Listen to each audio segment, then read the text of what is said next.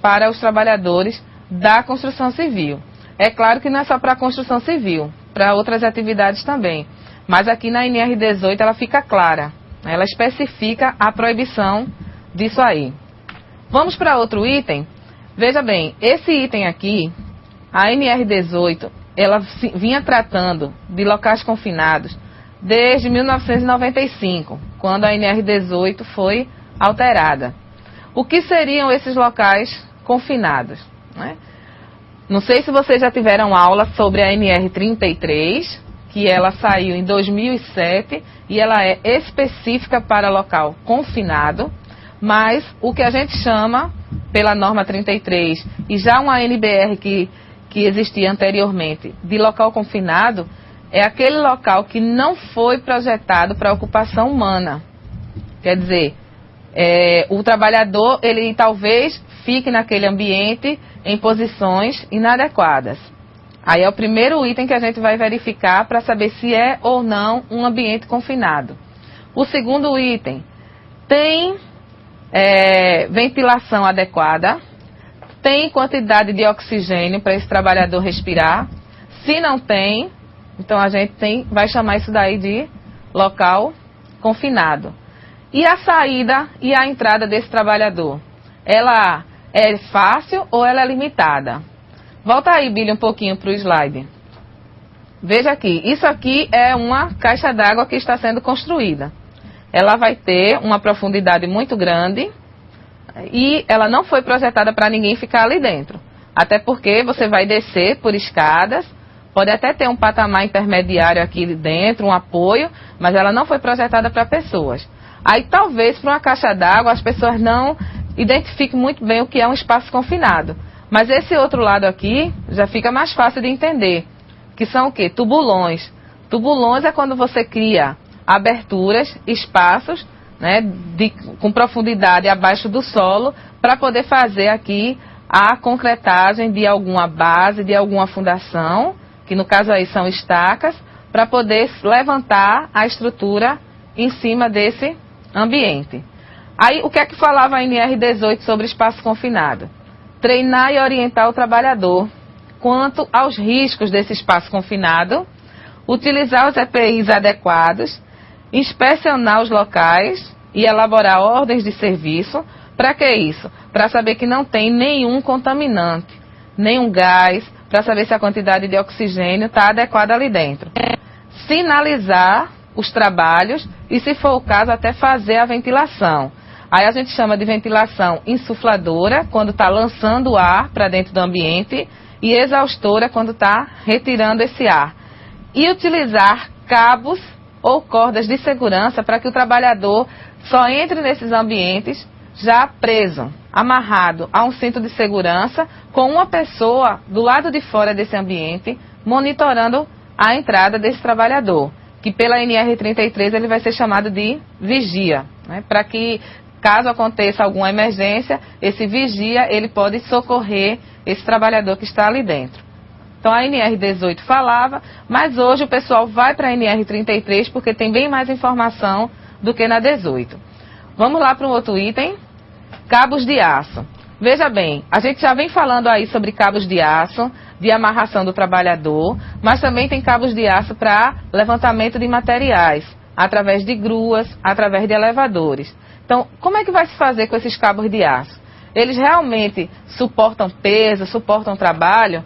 Veja, suportam sim, mas eles também precisam de cuidado. E eles têm um tempo de durabilidade para isso aí.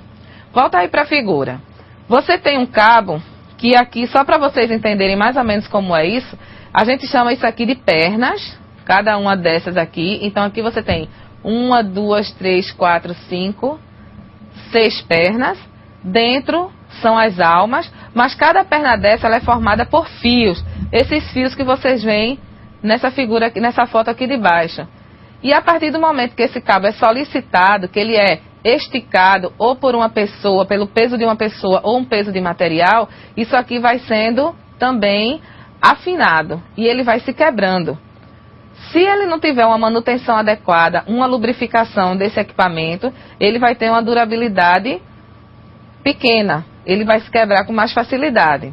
certo? Então tem que se cuidar desse material, desses cabos, porque são eles que muitas vezes sustentam boa parte dos materiais que a gente transporta dentro do canteiro. E aí, Tati, tem dúvida sobre cabo ou sobre o quê? Temos mais algumas dúvidas aqui. Do Polo Sapé, do aluno Heraldo. Uma escada tipo marinheiro que estiver com a estrutura da gaiola toda enferrujada, o trabalhador pode se negar em efetuar serviços utilizando essa escada? Ah, certo. Sapé, cadê o pessoal do Sapé? Dá pra gente ver aí? Vamos lá. Enquanto o Billy está procurando, deixa eu passar aqui para vocês. Se a proteção está enferrujada, então não está servindo para nada. Tem que trocar essa proteção. Ou fazer a manutenção, se ainda for possível fazer a manutenção. Eu vou falar o seguinte. Sempre que a condição de trabalho não estiver adequada, o funcionário não pode fazer a atividade. Tá entendido? Quem é, Alexandre? Heraldo. Oh, meu Deus, é Heraldo. Cadê Heraldo? Ah, o senhor já esteve aqui da última aula, né? A primeira aula. Muito bem. Então, Heraldo, mesmo que o trabalhador diga que vai fazer o trabalho, que vai estar com cinto de segurança, que vai tomar cuidado, mas se a condição do ambiente não estiver adequada, o certo é não fazer o trabalho. Mas a gente sabe que o pessoal dá sempre um jeitinho. E aí é onde vai entrar o técnico. É de convencer os administradores do local, que são os engenheiros, ou às vezes um mestre ou encarregado, né, quando o engenheiro não está presente na obra o tempo todo, a não permitir também que esse trabalho seja feito, enquanto não fizer a manutenção dessa proteção. Então, enferrujada já vai perdendo a estabilidade. E se ela tiver, digamos, estável ainda, mas com ferrugem e cortar o trabalhador? Será que não pode dar nenhuma doença? Então, vamos prestar atenção nisso aí, certo? Vocês vão ter mais à frente as recomendações para cabo de aço.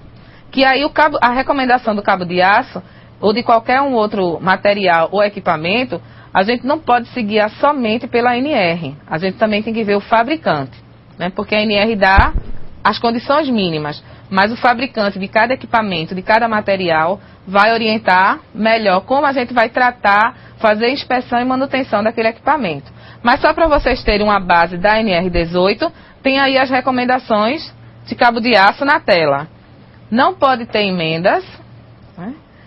Não pode ter pernas quebradas.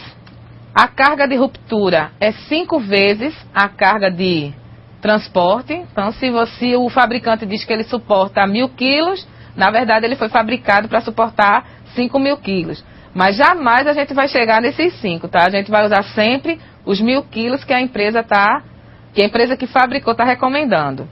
Serem substituídos quando apresentar qualquer sinal que comprometa a sua integridade. E se for um cabo de fibra, que são cordas sintéticas, usados em cadeira suspensa ou como cabo guia, né, tem que também passar por todas essas inspeções. Vamos lá para a sinalização agora, né? Sinalização de segurança. Aí eu já falei de sinalização de segurança, mas o que eu falei era voltada para a NR26, que é a sinalização através das cores.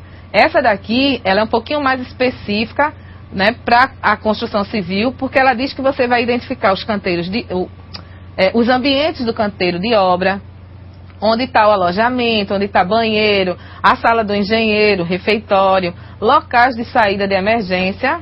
Quem já fez aí o módulo de prevenção de incêndio, sabe que todo ambiente de trabalho tem que estar sinalizado, com saídas de emergência, sinalizado com o local dos extintores. Para uma obra, mesmo que ela seja provisória, vai passar 2 ou 3 anos, também não é diferente não. Tem que estar com essa sinalização em dia. Sinalizar partes rolantes de algumas máquinas, partes perigosas, sinalizar quadros elétricos, como a gente já viu aí em outro slide, né, a sinalização de perigo. E se for uma atividade que for feita em vias públicas, o trabalhador precisa usar um colete refletivo.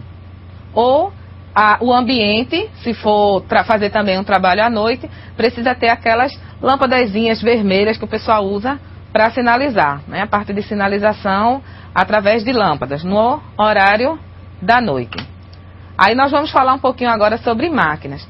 Esse item de máquinas, equipamentos e ferramentas é um dos maiores que tem, porque não é só a 1822. Nós vamos ver depois que tem máquina de transporte de pessoas e materiais, que é a 1814. Né? Nós vamos ter os andaimes, que também são equipamentos de trabalho, onde tem andaime suspenso.